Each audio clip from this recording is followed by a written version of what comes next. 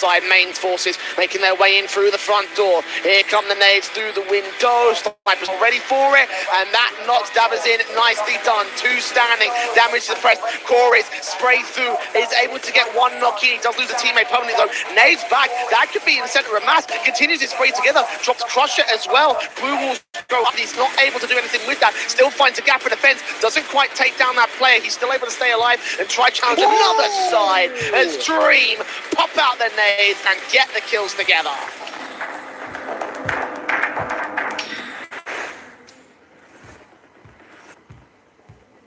It is the week or the day of love, but there's no love lost between our teams competing in the Free Fire Europe Pro League Season 2. All the action coming at you for week number 2. Two guys we do love, though. Eternal J and Dwego here to bring you all the action. And, of course, we are on the second day of week 2. The Portuguese teams, Dweg, are just popping off.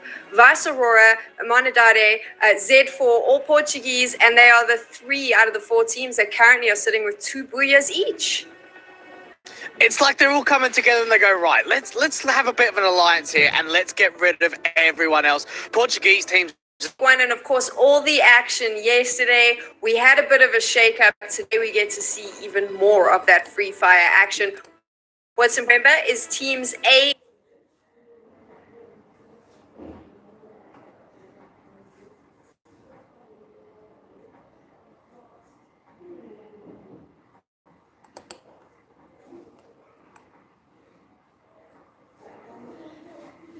B and D are competing, which means, Jay, we won't get to see Monadade or Vice Aurora play today, but Z4 Elite now has a chance to try and claim back that top spot, right?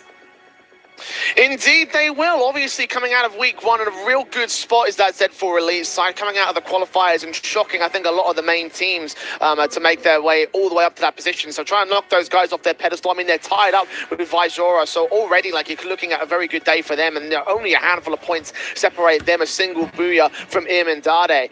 So you know, for them, like their main focus is getting as many top placements as possible, and if they do anything like they did in week number 1, I think they're on for a really good day today. We saw a lot of action yesterday. The first time that we got to see 2 teams each claim themselves 2 booyahs in one day. Of course, Amanadade was one of them. Vice Aurora was the other. Did you have a chance to watch some of the action, Jay? Any standout performances for you that you'll be wondering about today and potentially keeping in the back of your mind as we see all of that heat coming in? Well, my main story to focus on actually isn't a standout performance per se, but a standout underperformance, because I'm okay, take a look at that table, and I'm looking at Vastamundo. You talk about those Portuguese teams doing well, and they'll be playing in groups today, and I'm kind of shocked that they're still not getting it together in the early season. Like, they've got to start making some moves relatively soon. You know, there's only so many weeks to go before we get into the final positions, but other than that, Z4 are going to be my main sort of focal point. I'm really looking forward to see how well they'll be able to do.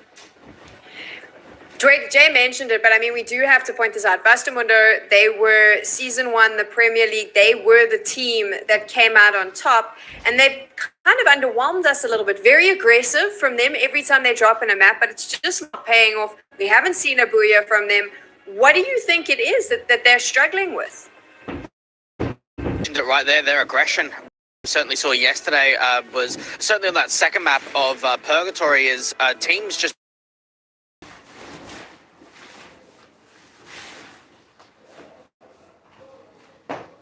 playing long game, playing passive, and not really getting involved in the action. And sometimes the booyah comes to you like that. For Vastamundo, pretty much every single game they played yesterday, they were always taking fights within the first sort of 5 minutes or so. Yeah, there were some games, I think it was that second map of Purgatory, where they got like 10 kills or so mid-game.